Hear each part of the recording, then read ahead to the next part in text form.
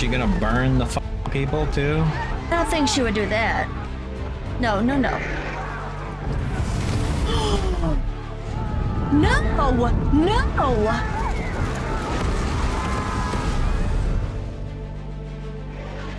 What the fuck? They ring the bell! I thought she was going to Cersei. I think halfway through, John realized exactly who Daenerys was. Yeah. This is not... He had a hunch, but that confirmed it. it's just so much of her story was freeing people. Yep. Breaker of chains. Breaker of chains, liberator. Breaking the wheel. Like, and for her to switch to this at the end, I don't know. All that work you've done for all those years means nothing. You took generations away. She took her legitimacy to be the ruler away. She, of course, like other Targaryens have done this in the past, but it's just unforgivable the amount of destruction that she's caused here. Like, I think I would have felt a bit different if she just, after hearing the 3 bells, gone straight to Cersei and dealt with that and left the city and the innocents and her own that's what I thought. Soldiers alive. She decided. Well, in the end, she's killing her own people. Like, she's yeah, exactly. like her own people are in the town, in the city that's being torched to the ground. She's killed her own people. I don't even know how you follow her after that. Even Grey Worm, he's okay. I'm getting back from Masande, but like after a while, after it was a good few hours of their time, like in the universe, like of her just torching the city. Like after there's no, I don't know. That's like madness. Yes. That's, you don't think ever in your mind like, okay, this is enough. I've done enough. I've proved my point. I've shown that if you don't submit to me, that I will burn you. Like, she only needed to do, and it's not just either, get that point across. She only needed to do a little bit of burning. Yeah. Not burn the whole city, but I guess I can't have anyone left alive here. I can't have anyone who would be against me. Oh my god. For what I did. So I'll burn the whole city. And then people will know who I am as a destructive, lazy, mad queen. Whoever's left. She did her job. She killed both Lannisters, and all she had to do was burn down the Red Keep. It would have made the same. And honestly, if she had been more strategic, destroyed all the defenses, went to the Red Keep, burned it down to the fucking foundations, and then gathered everyone around and said, the Game of Thrones is over, everyone would have been like, yeah, they saved us, fucking joy, war's over. Nope. But it was never about that. It was about revenge. It was about, yeah, when she saw destroying May's head fall and her dragon, it is 1000% that Westeros did not accept her. Yeah, Westeros did not accept I feel like that added her to it. back. Think about your fucking past, bitch. Like, you don't got a very good deal. your fucking father was the Mad King and literally caused wars and shit. People for fun almost burned down the whole city. Now, the whole rule of the Targaryens has been one of, yes, it's peaceful, but it's not willing. No. The fear of the Targaryens is they're going to fucking kill you if you don't follow them. They're going to burn you down with dragons or wildfire or whatever. And it hasn't been good. It's not been peaceful. It's been an occupation ever since Aegon the Conqueror landed in Westeros. And I find it ironic that, like, Aegon landed in Westeros at where King's Landing is and founded the city there as where the king landed, and then Daenerys, his ancestor, burns it to the ground like 300 years later, like burns the Targaryen legacy to the ground. She like destroyed the legacy of her people in destroying the city and the Red Keep, and like, my people will welcome me back. What people? She knew that wasn't the case, and I don't know. She feels like she can't rule with love. than fear. Just But honestly, she didn't try all that hard either. no. There was many opportunities, many times that she could have done something for the people, or she could have done something for other houses, and she But didn't. She could have spared people, but she didn't. Yes, I remember quite a few times. Honestly, they should have started the siege of King's Landing the minute she got there. Yeah, and not waited. Because in this show, a siege means, okay, we arrive and we attack. That's not what a siege is, like 90% of the time. And even in the show, they've shown that sieges aren't that.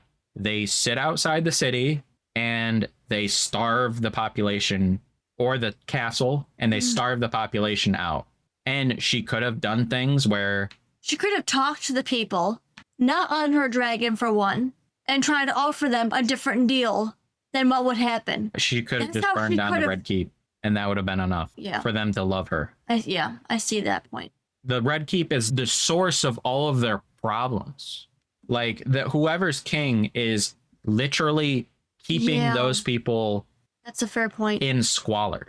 Everything would have been different if she did that. But now, It's over.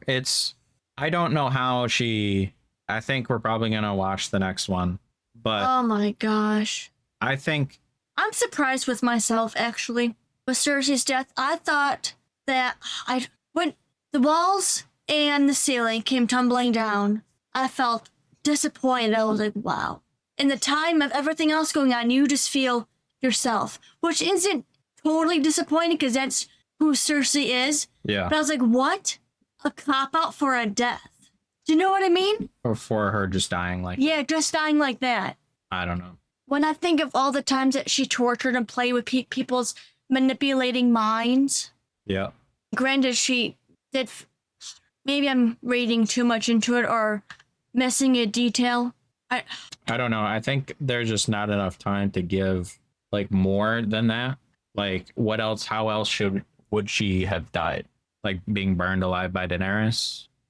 Yeah. Daenerys is already, it doesn't give any satisfaction. Daenerys is already, she's lost all the goodwill. So there is no more like satisfaction you get from her success. She's killed innocent people. Maybe. There is no more satisfaction in her success. There is no more rooting for Daenerys. No. If Cersei died alone, not being held, but that all of her problems were going to go away, I don't know. I'm still hung up on Daenerys just going AWOL after that. She was going to, I feel like this was the trajectory that I would expect from her after all this time. And I'll probably do another type of video later after the end, like going over my entirety feelings of the show. But I just feel, I don't know. I'm gonna hold more of my thoughts. Yeah, I understand. I feel like I've given enough. But right, guys, one more. Yes. Thank you. For watching. Immersive reactions. Until next time. 3, 2, 1. Welcome 2. and back. To Immersive. Reactions. Hello. And if you are arriving here for the first time, you're a little late, or you're just on time for the first time. Most people are coming to this while already watching some stuff we've done on this channel, but we're Immersive Reactions. And as many as of you probably know, we like getting deep into the things we watch around here. And we are ending Game of Thrones today. Drumroll, please. It's been a wild ride. We've been doing Game of Thrones. Let me see. Oh my gosh, it's been a while. We're at March 4th, 2024. We are Wow. 1 year, 3 months? A year and 3 months? Or am I wrong? 1 year and 4 months from the day we started Game of Thrones. I feel like we really started our channel. We started our channel in 2023 doing movies, just movies. And we did movies for a while. We didn't get a lot of views doing it. So we went to Game of Thrones shows, easier to edit, easier to get out type of videos And the community is great. for me to learn how to do reactions better. And over that time, we instantaneously just had a lot of support for us experiencing this for the first time. There are some of you on Patreon who have supported day one and have not quit on us once. There's a few, actually. Like, they've been subscribed the entire time, like on Patreon. Obviously, I want to shout out a few people. Yes. There's a few of you who have been here for a very long time. Random was the first person through Game of Thrones. Not the first person, but the first person to stay for as long as they did. And they stayed with us pretty much like a year and a little bit. And then Shaquille Rollet, also another patron who's been here all the way through. I think he did stop being a patron for a little while. And then he climbed his way back to the top of the list. He was like, I think he was in second place for the longest time. He was like almost to a position of like our top contributor. And then when you cancel, it bumps you down to the bottom of the list again. You have to climb your way back up. He did it. He fucking went all the way from the bottom to the top. Shaquille Rolay's in second place right now. Jeremiah's in first. Amanda Sargent's in second. Amanda Sargent is our highest contributor on Patreon overall, all time. She's in the Lords of Immersion tier. She's just been wonderful, just helping us grow and giving us a lot of feedback and advice. Another heavy contributor for the longest time is KPT. They suggested House of Cards. They paid for the House of Cards reaction, and we just finished that season. Yes. The first season of House of Cards. It's taken a long time because we're doing it a little slower, but just because of Game of Thrones. But now the Game of Thrones is ending, we can do a lot more. Tall Tyrion Lannister, also a heavy supporter. On YouTube, we got Matt A. And then on Patreon, Mark. Winterfell Forever has been Mark Earby, Jay Warrior, Daniel Sandro, and Hertha, and Terrell Williams have been here for a long time. Sarah Pamela, Maria has been a huge part of the channel. Yes. Even though she's has a lot going on right now and she hasn't been that active, but Maria's a huge part of us enjoying the show. A lot of interaction with the books that we do.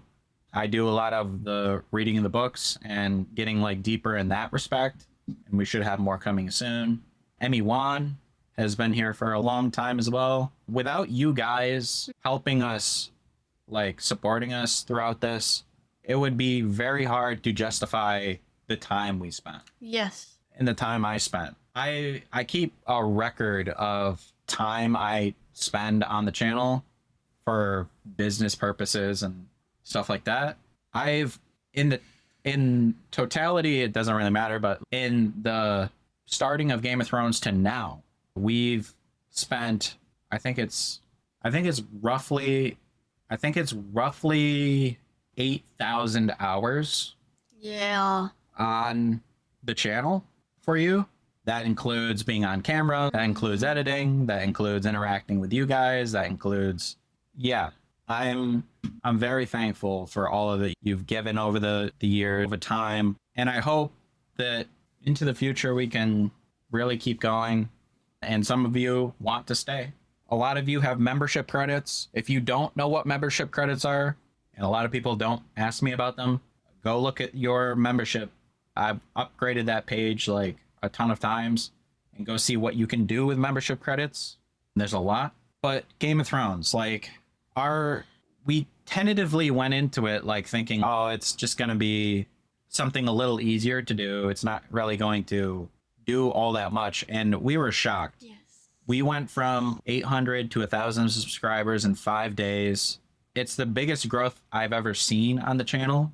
The excitement was just Yeah. amazing. Amazing. I've tried to keep up your expectations and what you want of me. The community is for Game of Thrones is just unwavering. I love how encouraging they are, how open-minded they are. Yeah.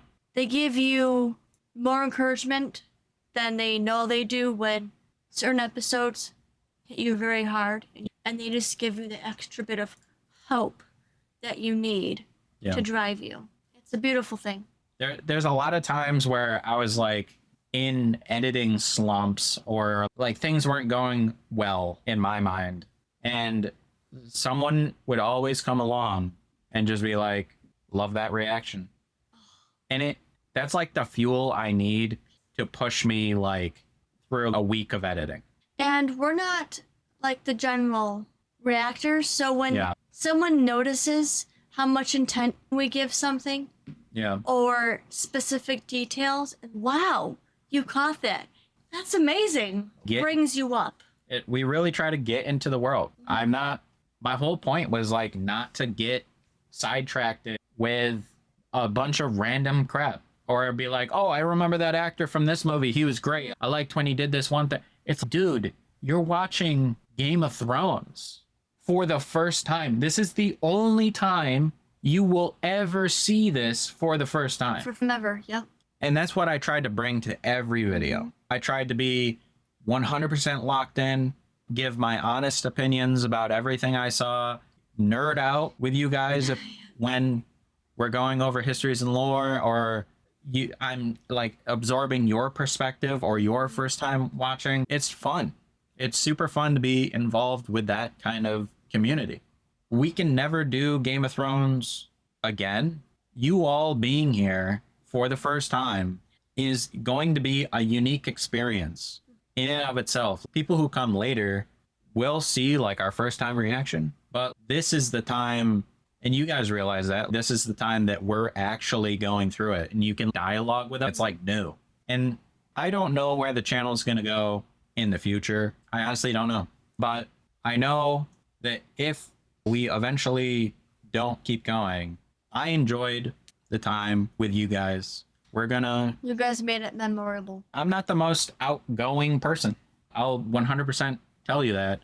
You're way more outgoing than I am, and that's like our dynamic. Like I'm like introverted and you're a little less, but a lot of stuff has happened to our lives like in this time. Yes. We started off great in 2023, and we started having medical issues, and we had some bumpy times where the videos were spotty and inconsistent, and those haven't really gone away, but we've learned to deal with them. I got diagnosed with autism, and which kind of explains a lot to me, but it's just we've gone through. I am not the same person I was when I started Game of Thrones, and I don't think a lot of reactors can say that. Like a lot of personal things have happened, and a lot of like interactions with you guys have helped me understand things about the channel and about life. So yeah. I hope you guys have gotten as much as I have gotten out of it. And I've tried to be super willing to do whatever you guys want me to do. We're going to do more. We got lore videos and all that stuff coming. I think I'm going to do like a tier list of different things. After, we're going to do Histories and Lore Season 8, and then we're going to do alt shifts videos on Tyrion, on Jon Snow, and those I'll probably do by myself. But like, we got so much left to do and other shows. It's going to be busy, and it all depends on if you're still here. If you guys all are done and you hang up your hats, I might not continue doing extensive lore stuff because it really depends on that. That's what the channel is truly about. It's less about the reaction and more about the total package.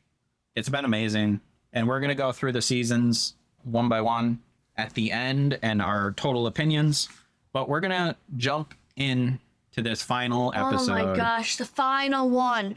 And see whatever the consequence of Daenerys's actions are going to be. Madness. Of her turning into this person that she has turned into. For the last time. Oh my gosh. Okay. All right. For the last time. Get ready to start your copies. In 3, 2, 1, go. Thank you, Jeremiah, Shaquille Relay, and Amanda Sargent for being our top members of the month.